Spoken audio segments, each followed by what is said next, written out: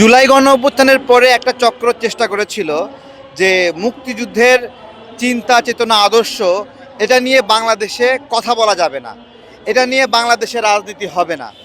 এবং এটার উদ্দেশ্য একমাত্র এই রকমই ছিল যে এটাকে যদি দমন করা যায় তাহলে এটার বিপরীত শক্তিকে উঠানো যায়।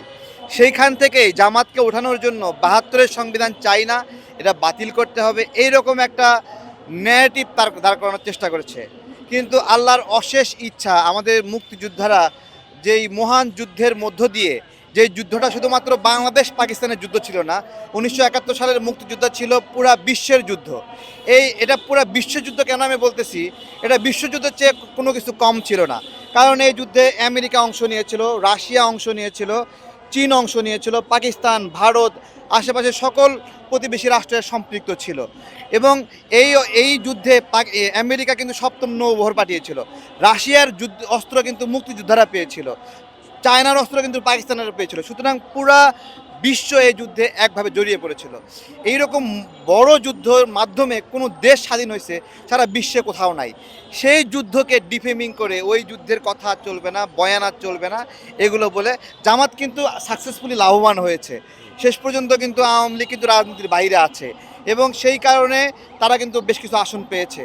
এবং বিএনপির ক্ষেত্রেও অনেক বিরোধী দল তারা নিয়ন্ত্রণ করতে পারে নাই, বিদ্রোহী প্রার্থী নিয়ন্ত্রণ করতে পারে নাই, যার ফলে তারা একটা আসন পেয়েছে। এই সব কিছু মিলিয়ে বিএনপি লুজার হয়নি, আওয়ামী লীগ লুজার হয়নি, বাংলাদেশ লুজার হয়েছে। এই ৭২-এর সংবিধানটা যদি কোনো মতে গায়েব করে দিতে পারে তাহলে জামাতের ১৬ কলা পূর্ণ হয়ে যায়।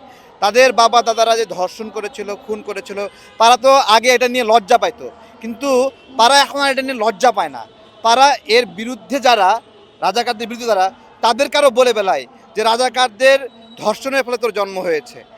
তারা এটা বলে রাজাকাররা তোর মাকে উঠায় নিয়ে গেছিল। মানে রাজাকার সন্তানরা এখন গর্বের সাথে বলছে তাদের বাবারা এদেশের নারীদের উঠায় নিয়ে গেছিল। তো এইটা আর কি আমাদের পাপের ফসল যে জুলাই গণ অভ্যুত্থান শুধুমাত্র রাজবন্দীদের মুক্তি করেনি, রাজাকারদেরও মুক্তি করে সংসদে পাঠিয়ে দিয়েছে।